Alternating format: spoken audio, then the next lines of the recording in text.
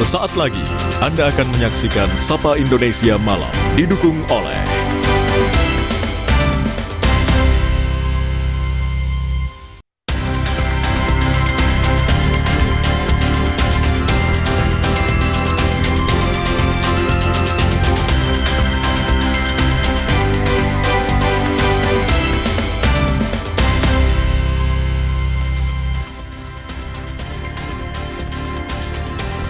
Halo, selamat malam saudara. Melalui kuasa hukumnya, Don Rito, tersangka kasus korupsi yang juga menyeret ex-Jampitsus, mengakui uang ratusan miliar rupiah dan emas 74 kg yang disita polisi adalah miliknya.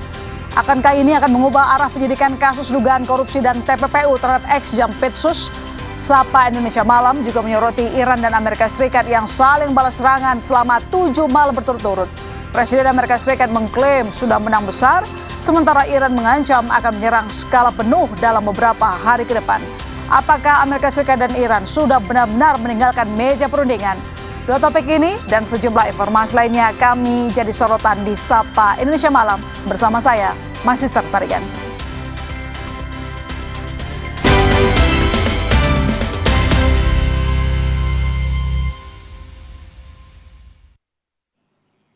Kita langsung ke sorotan pertama. Kecelakaan beruntun melibatkan 6 kendaraan terjadi di ruas tol Jor Cakung, Jakarta Timur, Sabtu siang. 1 orang meninggal akibat kecelakaan tersebut.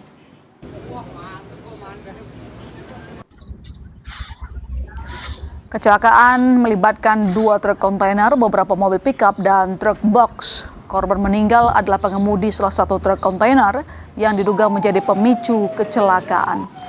Sementara sejumlah pengemudi lainnya luka-luka. Akibat kecelakaan, kemacetan panjang terjadi dari arah Bekasi menuju Tanjung Priok.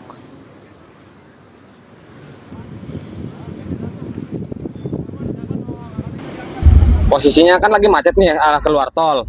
Langsung tiba-tiba langsung ditabrak aja mobil saya dari belakang. Tabrak dari belakang mobil apa? Iya. Oh, itu kondisinya bagaimana tuh? Langsung beruntun atau bagaimana? Langsung beruntun, posisi kan lagi macet. Lagi macet. Berapa kendaraan, Pak? Ada berapa? 6 apa ya? Soalnya saya nggak lihat-lihat ke depan. Tapi sekitar ada 6 kendaraan. Kayak ada. Berarti mobil abang truk kontainer itu disundul dari belakang. Kontainer abang nyundul yang depan. Iya. Kayak kaki demonya berarti. Iya. Ini untuk pengemudi kontainer yang nabrak dari belakang meninggal, Pak? Meninggal itu mobilnya, Pak.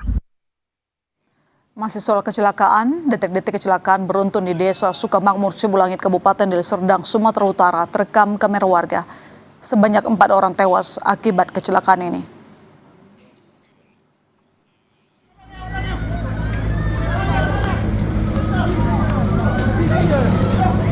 Inilah video amatir kecelakaan beruntun yang melibatkan 9 kendaraan di Sibulangit, Deli Serdang. Terlihat warga berhamburan membantu menyelamatkan korban.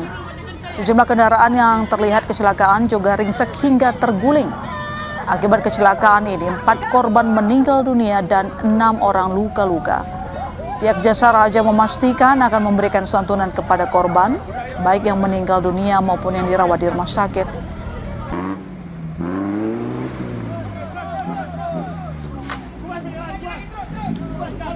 Sesuai dengan informasi yang kami terima terhadap korban yang saat ini terdata 4 meninggal dunia, kami dari Jasa Raja sedang melakukan pendataan terhadap keluarga dan ahli waris. Terhadap keluarga ahli waris akan diserahkan santunan dari pemerintah senilai 50 juta rupiah. Kemudian terhadap korban luka-luka, baik yang sedang dirawat di Rumah Sakit Adam Malik ataupun puskesmas, akan kami berikan surat jaminan maksimal biaya perawatan sebesar 20 juta. Salah satu saksi mata menjelaskan kecelakaan terjadi sekitar pukul 10 pagi. Kecelakaan bermula dari tabrakan antara angkutan umum dan minibus hingga kemacetan terjadi di sekitar lokasi. Selang beberapa waktu datang truk bermuatan air mineral yang hilang kendali akibat remblong dari arah Brastagi menuju Medan hingga menabrak sejumlah kendaraan.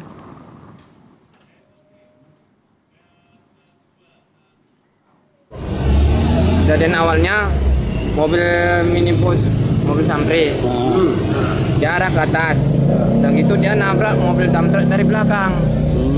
Nggak lama kemudian mobil dump truck pindah ke atas, mobil Samprinya tetap di situ di bawah. Barulah mobil Aqua ini remnya blong dari atas, ditabraknya lah mobil sawit ini bang, baru merembes sama mobil pribadi ini. Ke berita lain, diduga korsleting rumah di Cengkareng, Jakarta Barat terbakar. 15 mobil dengan 75 petugas pemadam kebakaran dikerahkan ke lokasi kejadian.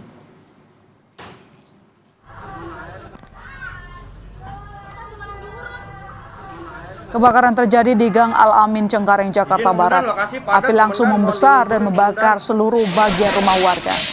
Bangunan rumah berisi 6 kontrakan ini pun hangus terbakar. Kebakaran diduga akibat korsleting di salah satu ruangan. Belasan warga terdampak akibat kebakaran ini.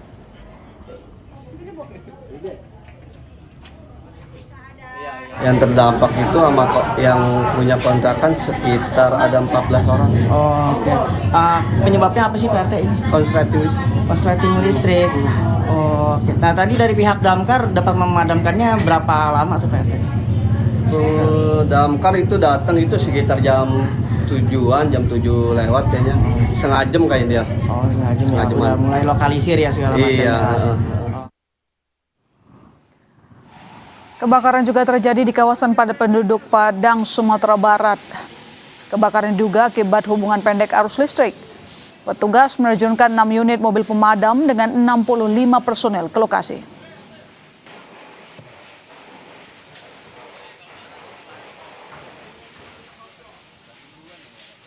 Untuk kendala alhamdulillah tidak ada, belum warga lebih memahami pekerjaan kita. Akses kami untuk melaksanakan pekerjaan aman, lebih kurang 1 jaman selesai dalam pemadam.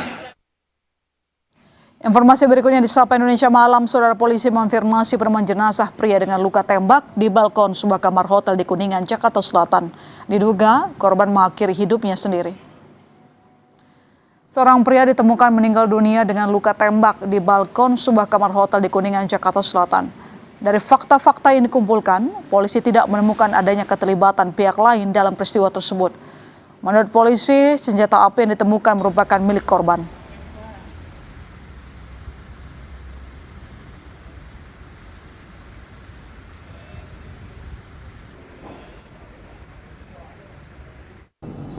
Dari temuan korban meninggal dunia akibat senjata api, kemudian kami kaitkan dengan keterangan saksi-saksi dan juga kami mempelajari CCTV yang ada di tempat kejadian. Untuk saat ini kami menduga atas meninggalnya korban tidak ada keterlibatan pihak lain. Terkait senjata api adalah milik korban dan itu. Beralih ke informasi hiburan, Anda yang menyukai musik klasik, konser akbar di kawasan Monas, Jakarta bisa menjadi pilihan untuk menghabisi malam minggu.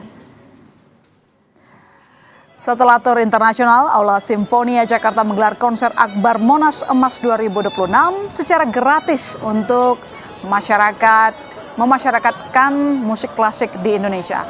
Melalui 2 ensemble reproduksi reputasi internasional yakni Jakarta Symphony Orchestra dan Jakarta Oratorio Society, Aula Simfonia Jakarta ingin mendobrak stigma bahwa musik klasik hanya bisa dinikmati oleh kalangan tertentu saja. Panitia menyediakan 10.000 kursi, namun mereka menargetkan lebih dari 40 hingga 50.000 penonton dari berbagai kalangan akan memadati Silang Tenggar Monas.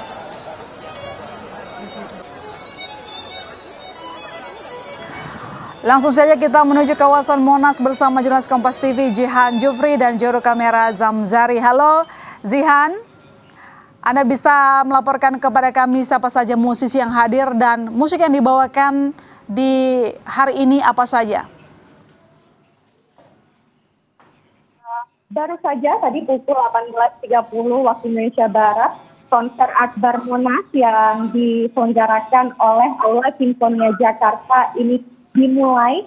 Untuk musisi-musisinya memang ada lebih dari 200 musisi orkestra yang informasinya ini akan turut memeriahkan ataupun mengisi acara konser pada malam hari ini dan dipimpin langsung oleh konduktor-konduktor ternama seperti Stephen Tong dan juga Unistong. Kalau kita berbicara terkait lagu, memang mulai dari lagu-lagu nasional hingga lagu internasional akan turut dimainkan pada malam hari ini. lagu tadi awal-awal ini dimainkan lagu Indonesia Pusaka, kemudian Garuda Pancasila, kemudian dari Sabang sampai Merauke, dan nanti di akhir-akhir lagu klasik seperti ciptaan Beethoven dengan judul Symphony No. 9 Finale ini kabarnya juga akan turut dimainkan di panggung konser Akbar 2026 ini.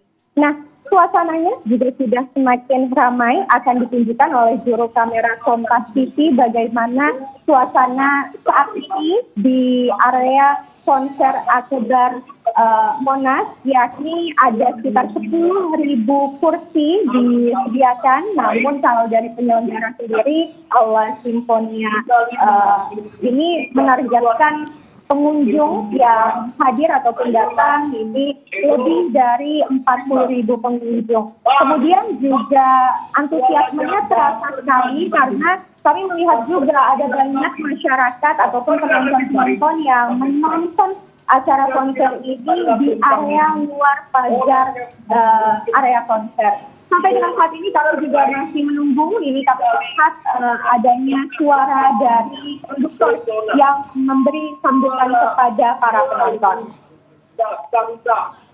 Oke, baik. Terima kasih Jihan atas laporan Anda dari yang Anda sampaikan. Banyak masyarakat yang menonton tampaknya tidak hanya pecinta musik klasik, tetapi mereka yang tertarik untuk mendengarkan musik klasik. Terima kasih sekali lagi teman-teman yang bertugas di sana. Saudara, sorotan berikutnya di Sapa Indonesia Malam. Melalui kuasa hukumnya, salah satu tersangka kasus dugaan korupsi dan TPPU yang menyeret ex-Jampitsus Febri Adriansyah, Don Rito nyatakan bukti yang disita polisi termasuk emas 74 kg miliknya di Sentul. Tak ada kaitannya dengan ex-Jampitsus. Kita bahas usai jeda.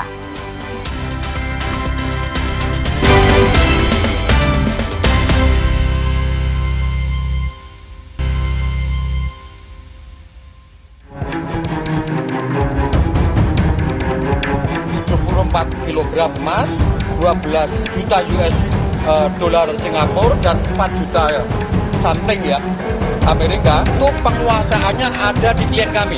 Penguasaan, kepemilikan. Jadi itu bukan milik Pak Febri. Rumah Sentul itu memang rumah pribadi Jampitsus yang sudah sejak lama. Itu bisa dilihat bagaimana proses kepemilikan sejak awal. Jadi Kejaksaan Agung telah memanggil Saudara FA untuk diperiksa sebagai tersangka.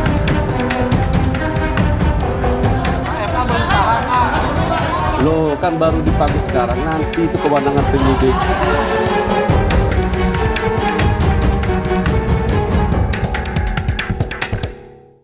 Penguasaannya ada di klien kami. Penguasaan, kepemilikan. Jadi itu bukan milik Pak Febri.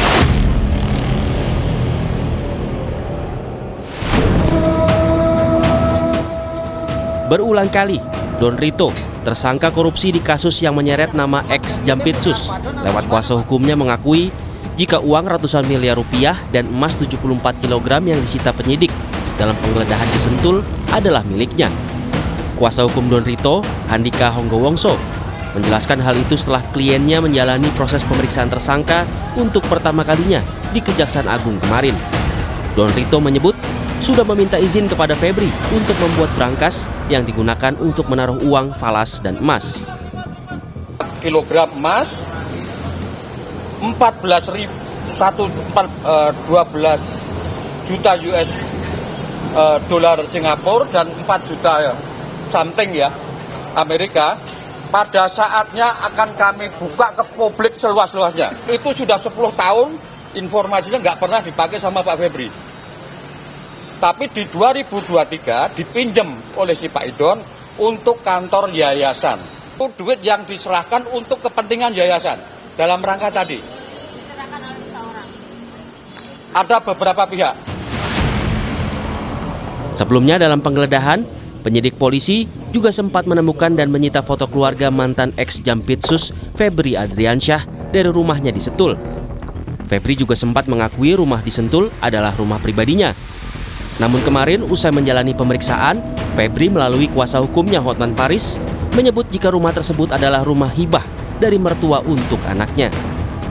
Itu dulunya adalah rumah mertuanya. ke rumah mertuanya, tapi sudah lama dihibahkan ke cucu dari mertuanya. Jadi secara sertifikat itu bukan atas nama dari Febri. Itu ada buktinya. Itu di BAP tadi ditulis. Bahkan itu ke cucunya kan tadi. Iya, cucu.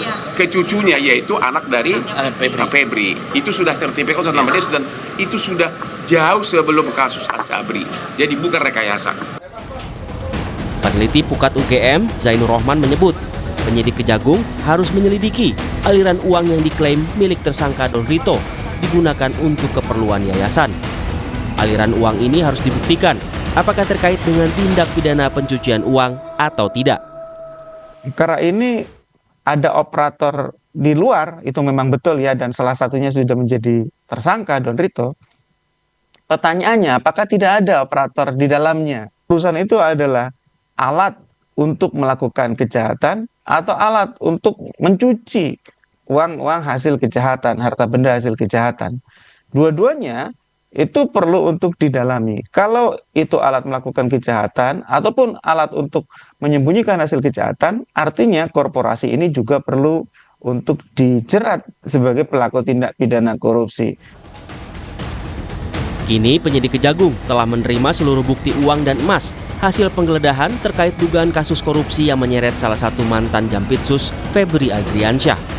Setelah sprindik baru diterbitkan, proses hukum yang menyeret ex-Jampitsus sebagai tersangka ini harus bisa dibuktikan di persidangan.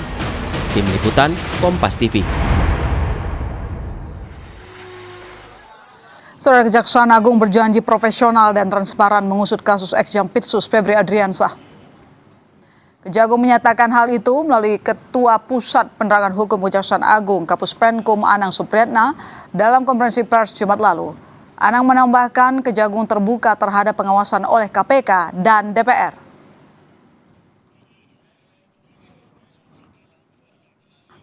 Kami akan berusaha melakukan penyidikan dengan profesional, transparan dan akuntabel, dan tetap bersinergi baik dengan penyidik dari Kortas Polri maupun Polda Metro Jaya.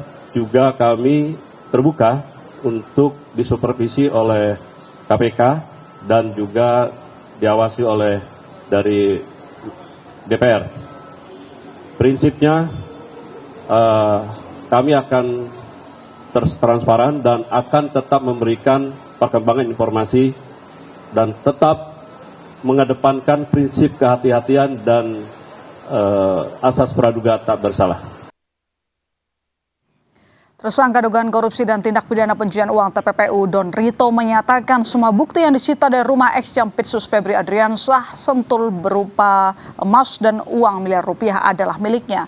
Apa makna pengakuan ini? Siapa yang diuntungkan dari pengakuan Don Rito dalam kasus korupsi yang menyeret ex-Jampitsus? Kita bahas bersama pengamat kepolisian dari Institute for Security and Strategic Studies, Bambang Rukminto. Selamat malam, Pak Bambang. Malam, Dona. Oke, Pak Bambang, ini ada hal yang membuat kita bertanya-tanya. Sebenarnya apa yang bisa Anda baca dari pengakuan Don Rito melalui kuasa hukumnya? Ya, saya melihat Don Rito dalam yang seperti yang disampaikan oleh kuasa hukumnya, ini sedang pasang badan. Sedang pasang badan?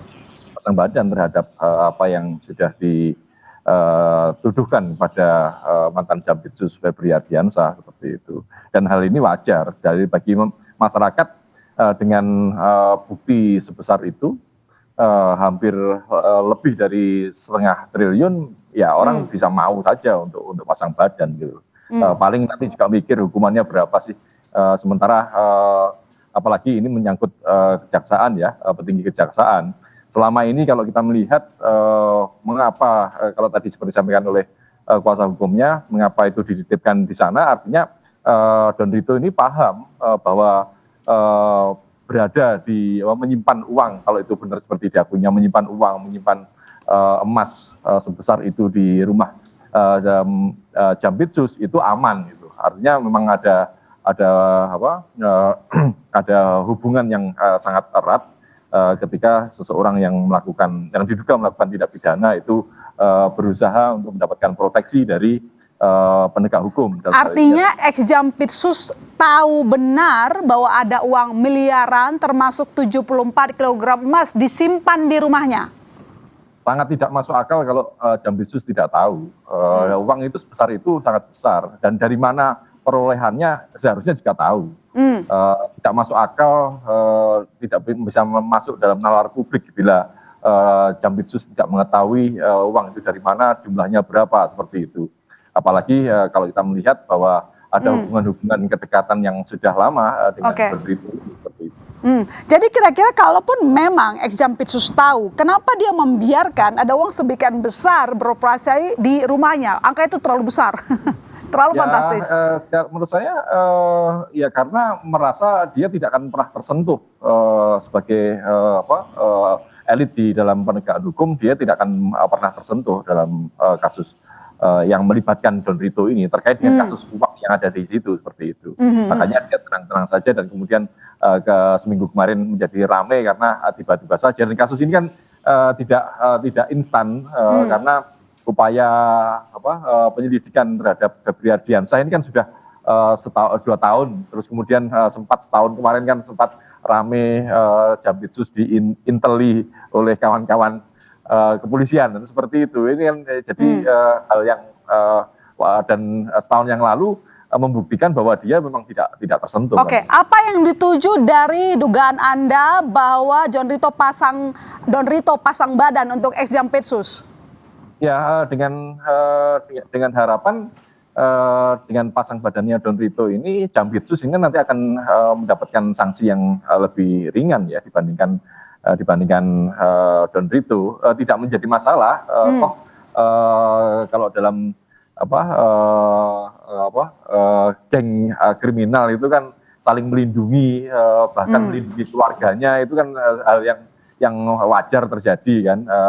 Oke lah, kamu masuk di penjara paling berapa tahun, apalagi kalau kita melihat politik hukum di kita kan masih sangat jauh dari rasa keadilan seperti itu kan. Jadi silahkan Anda masuk, nanti dia di luar kita jamin toh nanti tetap keluar dari sana tetap kaya kan, seperti itu kan. Jadi siapa yang paling diuntungkan dari pengakuan Don Rito ini? Ya pasti Febri Ardiansyah. Febri Ardiansyah, dan kalau kita melihat apa yang disampaikan oleh Hotman Paris, ya ini juga akhirnya kan berkelindan dengan pernyataan kuasa hukum Don Rito.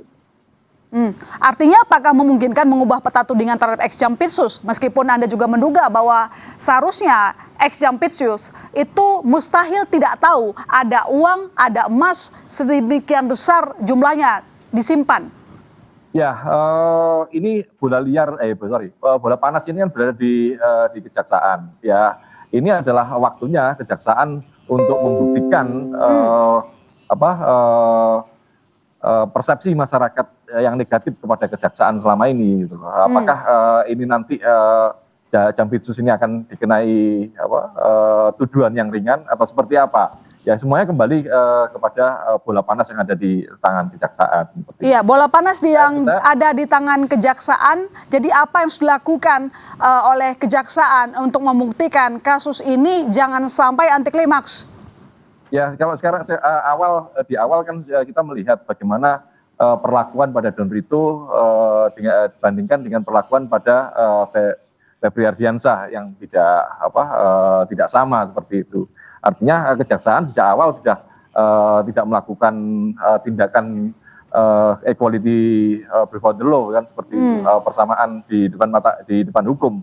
Ini menjadi PR di awal gitu loh. Kalau kemudian mereka juga tidak transparan, tidak segera menuntaskan kasus ini dengan melibatkan pihak-pihak lain, misalnya PPATK atau disupervisi oleh KPK, seperti itu, ya ini akan bisa menjadi blunder ketika memberikan tuduhan atau pentersangkaan yang lebih ringan dibandingkan Don Rito.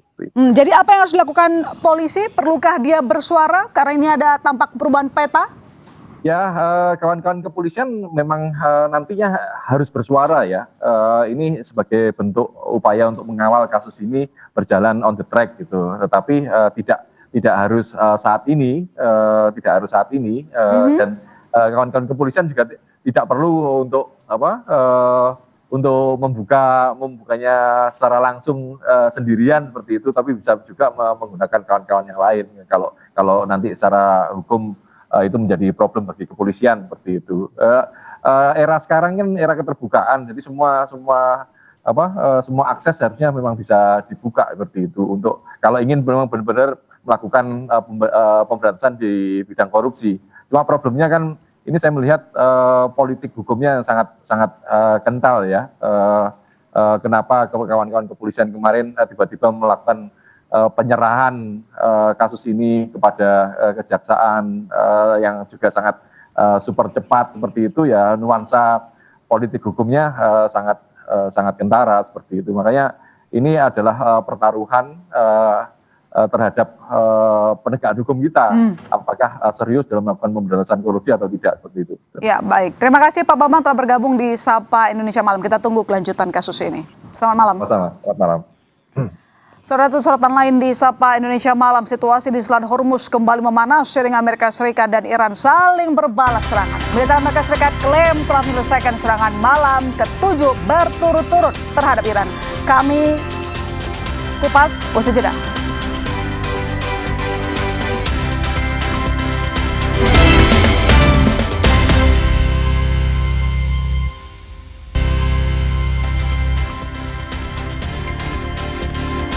Saudara, situasi di Selat Hormuz kembali memanas seiring Amerika Serikat dan Iran saling berbalas serangan. Militer Amerika Serikat klaim telah menyelesaikan serangan malam ke-7 berturut-turut terhadap Iran.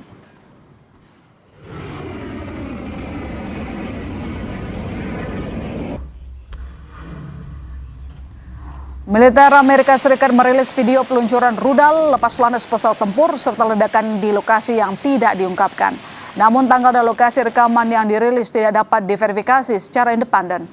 Pasukan Amerika Serikat klaim menyerang lokasi pengawasan, infrastruktur, logistik militer, gudang senjata, bawah tanah, dan kemampuan maritim Iran. Operasi ini disebut bertujuan melemahkan kemampuan Iran dalam mengancam pasukan Amerika Serikat dan pelayaran komersial.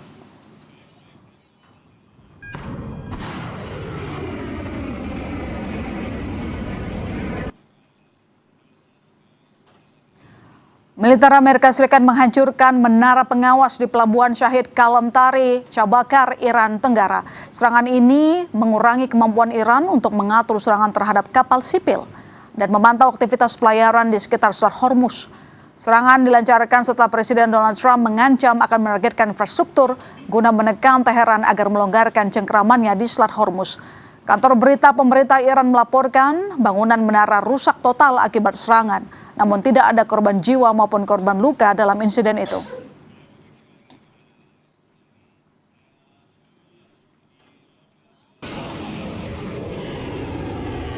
Presiden Amerika Serikat Donald Trump mengklaim negaranya telah meraih kemenangan besar dalam perang melawan Iran. Trump menyebut militer Amerika Serikat mendominasi sepenuhnya di medan tempur tanpa mendapat perlawanan berarti dari Iran. Pernyataan ini muncul ketika pasukan Amerika Serikat melancarkan serangan malam ke-6 beruntun terhadap Iran.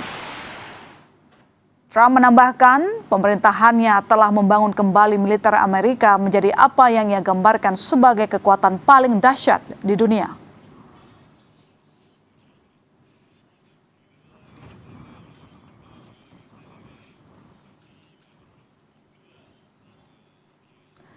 Militer Iran merilis rekaman peluncuran rudal jelajah yang diklaim menargetkan kapal Amerika Serikat di Samudra Hindia bagian utara. Iran juga mengklaim peluncuran itu menimbulkan kepanikan musuh.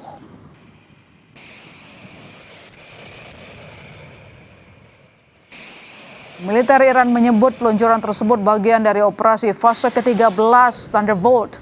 Rudal menargetkan kapal musuh di Samudra Hindia bagian utara. Tanggal dan lokasi peluncuran tidak dapat diverifikasi secara independen. Peluncuran rudal Angkatan Laut Iran itu disebut mendorong kapal musuh keluar dari jangkauan tembak.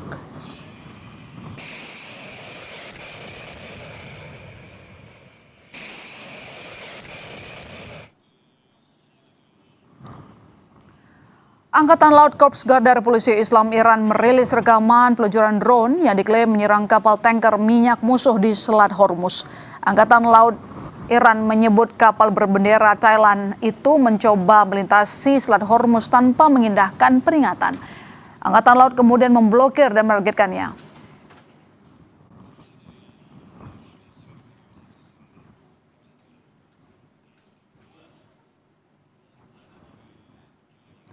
Militer Amerika Serikat menyebut telah menyelesaikan serangan malam ke-7 berturut-turut terhadap Iran. Namun Irak tak tinggal diam dengan menargetkan target-target terkait Amerika Serikat di kawasan. Lalu bagaimana dengan prospek perundingan damai? Kita akan bahas dengan peneliti dari Asia Middle East Center, Pizzato Gozali. Selamat malam, Bang Gozali. Ya, malam Ilona. Ya, Bang Pizarro, bagaimana kita melihat ketika Amerika Serikat dengan Iran masih saling membalas? Ini tampaknya tegangnya sudah di puncak nih, terutama dari Amerika Serikat. Anda melihat apa motif dari Amerika Serikat pertama? Pertama, kalau kita lihat ini kenapa Amerika Serikat melakukan serangan 7 hari berturut-turut ya. Pesannya jelas Ilona, tujuannya jelas. Dia ingin mengambil alih Selat Hormuz dari tangan Iran. Seperti itu. Jadi ini kenapa kemudian Amerika Serikat melakukan serangan bisa dibilang 7 hari 7 malam ini tidak bisa berhenti gitu ya. Karena dia ingin betul-betul mengambil alih Selat Hormuz. Kedua, Amerika Serikat bertujuan untuk melumpuhkan kekuatan militer Iran secara permanen. Ya, seperti itu. Makanya serangannya kalau dulu kan cuma sehari sekali balas, diserang lagi, dibalas lagi. Tetapi ini kalau kita lihat polanya udah berubah, Ilona. Polanya ialah bukan 7 hari berturut-turut dan bukan tidak mungkin bisa sampai semingguan lebih, bisa sampai 2 minggu lebih. Karena tadi menurut saya ada dua tujuan utama Amerika Serikat: mengambil alih Selat Hormuz yang sekarang masih dipegang oleh Iran, dan kedua melumpuhkan kekuatan permanen Iran. Karena kita lihat polanya agak berbeda gitu. Yang dihancurkan fasilitas rudal Iran, fasilitas radar, fasilitas energi, ekonomi. Ini artinya apa? Ini kan arah dari Amerika Serikat untuk betul-betul melumpuhkan kekuatan permanen Iran. Dan jangan lupa sekarang agak berbeda nih pola serangan dari Amerika Serikat. Dia udah masuk ke Iran Tengah. Tadi kan cuma di wilayah pesisir Selat Hormuz ya, tapi udah masuk misalkan provinsi Fars, provinsi Yazd ya, yang itu dia di wilayah Iran Tengah, yang itu cara Amerika Serikat untuk memotong logistik dari Teheran menuju ke Selat Hormuz. Akankah tujuan dari Amerika Serikat memaksa mengambil alih Selat Hormuz ini dapat direalisasikan? Kita melihat bahwa Iran juga membalas serangan Amerika Serikat. Tentu saja dalam serangannya di pangkalan militer Amerika Serikat di Kuwait dan juga Bahrain.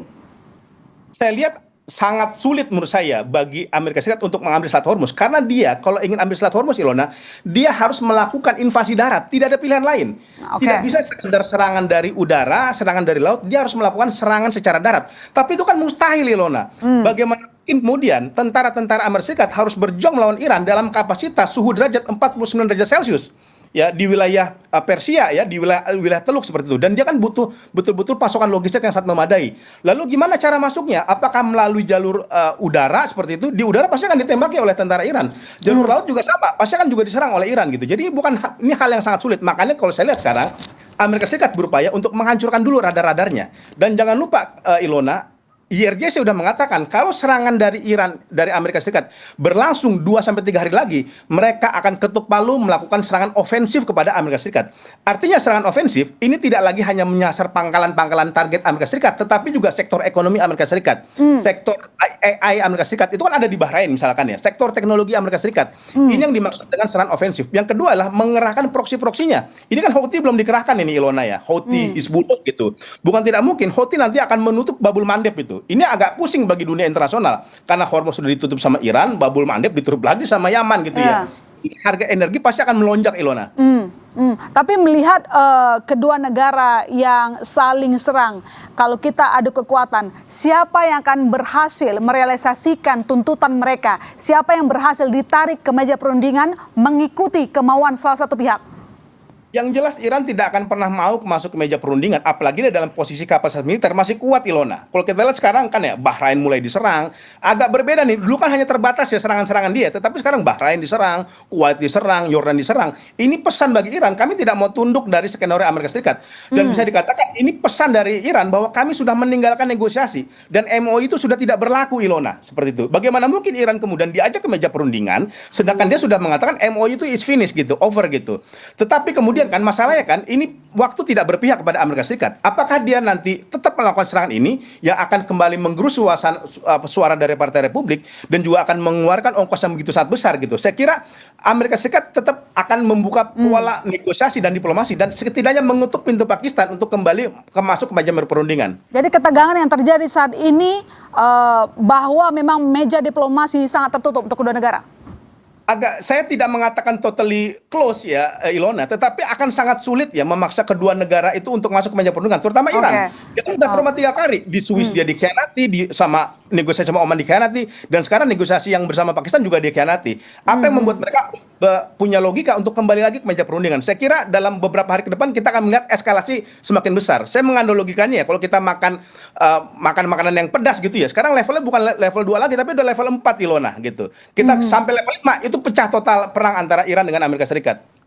Tapi bagaimana respon dengan negara sekutu katakanlah Amerika Serikat ketika Iran menyerang daerah Kuwait begitu? Apa respon mereka? Akan membalas serangan atau tunggu apa kata titah dari Amerika Serikat?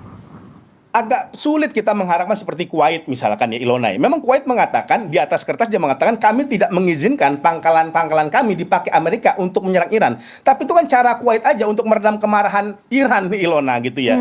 Kuwait akan sangat sulit dia lepas dari kekuasaan politik keamanan Amerika Serikat karena dia selama ini bergantung. Yang paling bisa dilakukan oleh Kuwait ialah dia mungkin masih tetap memakai landasan-landasan Kuwait, tetapi diminta untuk tidak menjadikan eskalasi perang ini menjadi lebih besar. Karena ini akan membakar Timur Tengah Ilona, akan membakar ekonomi di Timur Tengah dan juga akan membakar ekonomi energi yang ada di wilayah Arab seperti itu. Ini menurut saya negara-negara Teluk tidak akan membalas serangan kepada Iran kayak Yordania ya. Yordania itu juga nggak ada kemampuan untuk perang melawan jarak jauh kepada Iran, dan dia khawatir serangan dari Iran itu akan membakar kota-kotanya gitu. Paling yang mereka lakukan ialah mendorong kemudian pihak-pihak yang bertikai ini atau negara-negara lain untuk memastikan Amerika Serikat dan Iran mau kembali ke meja perundingan. Artinya, bagaimana kita membaca ketegangan yang ada saat ini? Apakah keduanya akan sama-sama keras mengeluarkan amunisi terkuat mereka? Meski ya kita tahu ya, kalau Amerika Serikat perang darat tampaknya juga agak mustahil, ongkosnya terlalu besar. Tetapi juga pertanyaannya, apakah Iran sekuat itu menahan terus serang-serangan? Iran punya pengalaman perang 8 tahun Ilona dengan Irak ya. Dia juga punya pengalaman misalkan proksinya seperti Hizbullah itu perang puluhan tahun. Kalau kita lihat sekarang waktu masih 4 bulan, 5 bulan, setidaknya mereka masih bisa bertahan. Walaupun kalau serangan itu terus dilakukan oleh Amerika Serikat, pasti kemudian ada dampak ekonomi yang harus ditanggung oleh Iran. Karena kan apalagi sekarang Amerika Serikat udah melakukan blokade lagi kepada Selat Hormuz. Tetapi jangan lupa Ilona, berkali-kali Iran diblokade, disanksi, itu tidak melumpuhkan dia 100% seperti itu. Dia masih bertahan. Apalagi misalkan Rusia, Tiongkok masih memberikan jaminan ekonomi kepada Iran, masih memberikan jaminan persenjataan kepada Iran untuk bertempur dengan Amerika Serikat. Saya kira kalau dua variabel itu masih dipegang oleh Iran, saya kira perang ini akan panjang. Dan Iran tidak akan pernah tunduk dalam beberapa waktu mendatang dengan Amerika Serikat. Karena ini bisa dibilang ini udah perang hidup matinya Iran seperti itu ya. Ini marwahnya dia, kewibawanya dia, kalau dia terlihat tunduk menyerah sama Amerika Serikat, itu jadi pintu dari Amerika Serikat untuk betul-betul menggilas Iran. Baik, terima kasih peneliti dari Asia Middle East Center Pizarro Ghazali telah bergabung di Sapa Indonesia Malam. Kita tunggu perkembangannya meski agak berlarut ya Bang. Terima kasih, selamat malam. Sama-sama Ilona, selamat malam. Saudara, sorotan berikutnya di Sapa Indonesia Malam, Kapten Timnas Argentina Lionel Messi menegaskan timnya akan meminimalkan ancaman Lamine Yamal di final Piala Dunia 2026. Usai jeda di Sapa Indonesia Malam.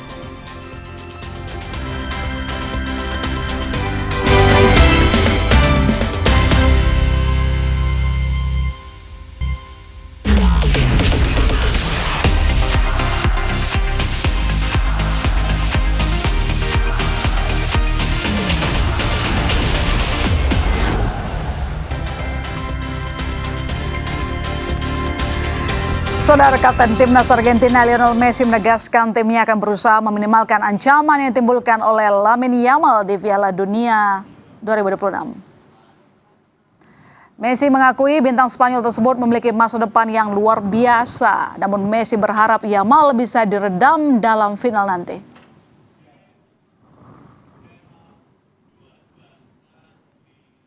Una gran oportunidad de conseguir algo histórico, el cual nosotros intentaremos dar el máximo para que no sea esta vez.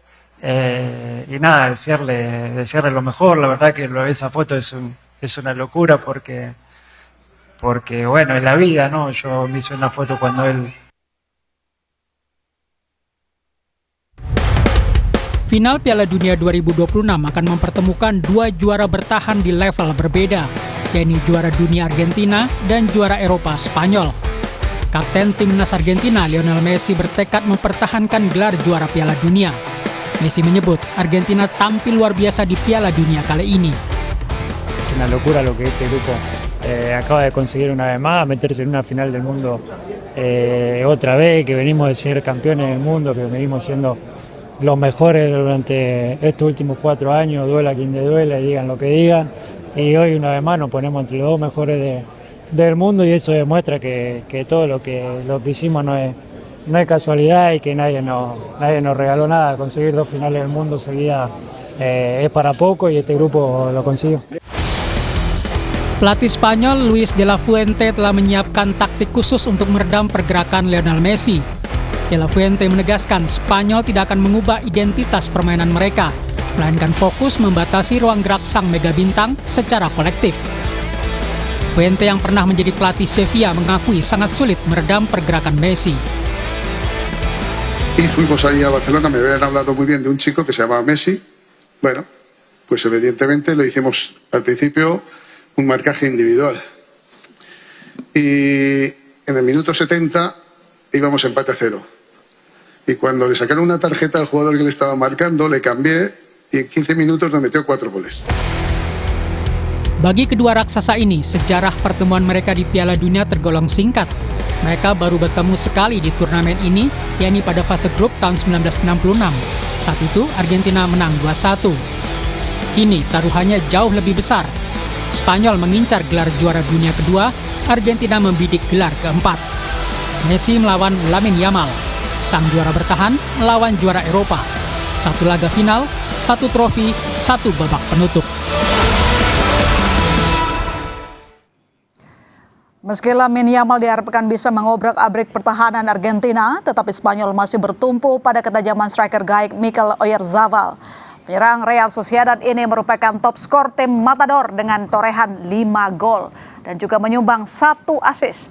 Sementara Abi Celeste masih bertumpu pada sang kapten Lionel Messi yang kini berada di puncak daftar kandidat peraih sepatu emas. Sementara ini sudah mengemas 8 gol dan 4 assist.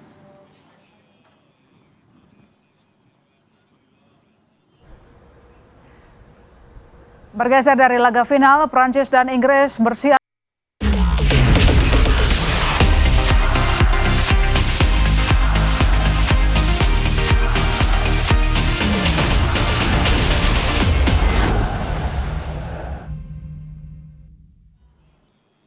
Ya, sekarang kita geser ke soal kasus penanganan kasus korupsi ex-Jampitsus, Saudara. Kejaksaan Agung berjanji profesional dan transparan mengusut kasus ex-Jampitsus Febri Adriansah. Kejagung menyatakan hal itu melalui Kepala Pusat Penerangan Hukum Kejaksaan Agung Kapus Penkum, Anang Supriyatna, dalam konferensi pers Jumat lalu.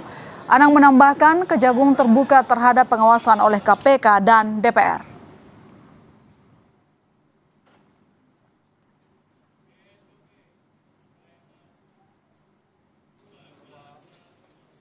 Kami akan berusaha melakukan penyidikan dengan profesional, transparan dan akuntabel, dan tetap bersinergi baik dengan penyidik dari Polres Polri maupun Polda Metro Jaya. Juga kami terbuka untuk disupervisi oleh KPK dan juga diawasi oleh dari DPR. Prinsipnya kami akan transparan dan akan tetap memberikan perkembangan informasi dan tetap mengedepankan prinsip kehati-hatian dan asas praduga tak bersalah. Saudara, terima kasih Anda telah menyaksikan program Sapa Malam hari ini. Perbarui terus informasi Anda di Kompas TV dengan 3 botol air mineral 700 ml yang setara dengan 2 liter air untuk 1 hari penuh kesejukan. Saya masih tarikan pamit. Sampai jumpa.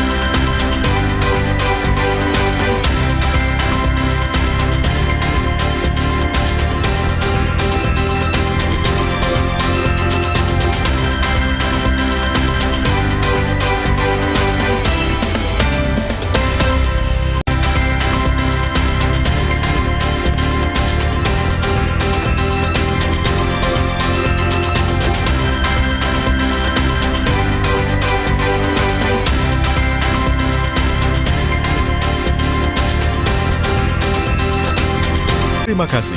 Anda telah menyaksikan Sapa